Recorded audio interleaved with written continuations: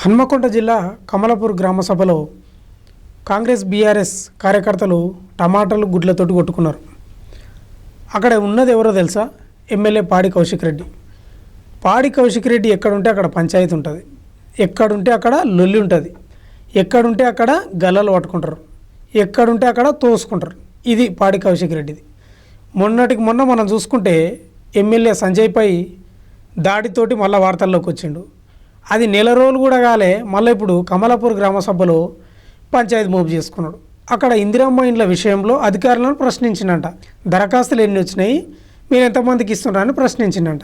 ఇంకా అటు నుంచి కాంగ్రెస్ వాళ్ళు ఊకుట్రా, అసలు మీరు 10 ఏళ్ల కాలంలో మీరు ఎంతమందికి ఇచ్చిండ్రు కమలాపూర్లో అని వాళ్ళు ప్రశ్నించారట. ఇక అక్కడ లొల్లి మోపైంది.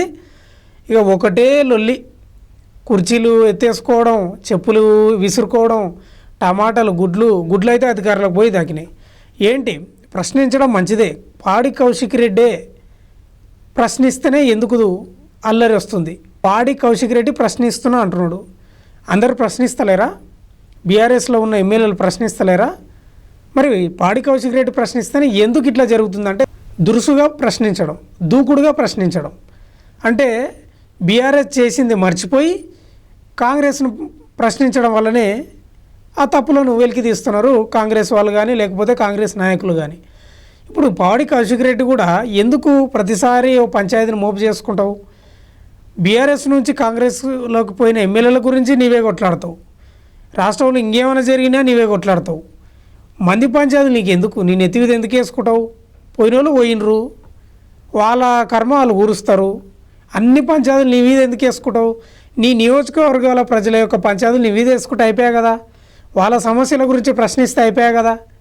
నిన్ను నమ్మకంగా గెలిపించిండ్రు, వాళ్ళ సమస్యల కోసం నువ్వు ప్రశ్నిస్తే అయిపోయా కదా. మంది ఎవరో పంచాయతీలు పెట్టుకొని పార్టీ మారిన వాళ్ళై, లేకపోతే ఇంకేదో అయిందని లేని పంచాయతీలని నీ నెత్తి మీద వేసుకొని నీకెందుకు ఇవన్నీ?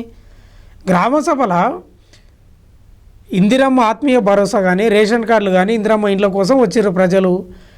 ఎన్ని దరఖాస్తులు వచ్చినాయి, ఎంతమందికి వచ్చినాయని ప్రశ్నిస్తే అయిపోయా కదా. దురుసుగా ప్రశ్నించి మీరేం చేస్తలేరు, ప్రభుత్వం దొంగ గింగ అనే వరకు కాంగ్రెస్ కార్యకర్తలు కూడా లొల్లి పంచాయతీ చేసిండ్రు. మొన్నటికి మనం చూసుకుంటే హరీష్ రావు పోలేదా? హరీష్ రావు కూడా గ్రామ సభలో పోయి దరఖాస్తులు పరిశీలించిండు, ఎంతమందికి శాంక్షన్ అయినాయి పరిశీలించిండు, ప్రశ్నించిండు. మరి అక్కడ లొల్లి కాలేదు, నీతోటి లొల్లి ఎందుకు? కాబట్టి పాడి కౌశిక్ రెడ్డి మంది పంచాయతీలు నీ నెత్తివి తీసుకోకు. ఫస్ట్ నీ నియోజకవర్గ ప్రజల యొక్క పంచాయతీలు నీ నెత్తివి తీసుకో, ప్రభుత్వంతో కొట్లాడు, లేకపోతే సామరస్యంగా ఉండి నీ నియోజకవర్గ ప్రజలకు పథకాలను ఇంప్లిమెంట్ చేసుకో, సమస్యలను తీర్చు. లేని పంచాయతీలు మూవ్ చేసుకొని అనవసరంగా బ్యానర్ ఐటమ్ అయ్యి కేసుల పాలై ఇబ్బంది పాలు కాకూడదని నీ నియోజకవర్గ ప్రజలే ప్రశ్నిస్తున్నారు. మా పాడి కౌశిక్ రెడ్డిని గెలిపిస్తే మంది పంచాయతీలు మీద వేసుకుంటాడు, మా పంచాయతీలు పట్టించుకుంటలేడని నీ నియోజకవర్గ ప్రజలు ప్రశ్నిస్తున్నారు. వాళ్ళ పంచాయతీలు ముందలేసుకో. పార్టీ మారిన వాళ్ళు వాళ్ళ ఇళ్ళ ఇడిచిపెట్టి వాళ్ళ జోళ్ళు పోయినరు, వాళ్ళ కర్మ ఏదో వాళ్ళు ఊడుస్తారు.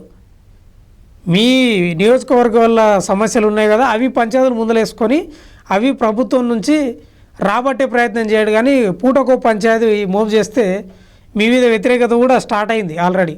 ఇది గమనించుకొని మెదిలితేనే మంచిది, లేకపోతే ఎవరేం చేయలేరు. మీరే నెక్స్ట్ ఎలక్షన్లో బోల్తా పడే పరిస్థితి వస్తుంది.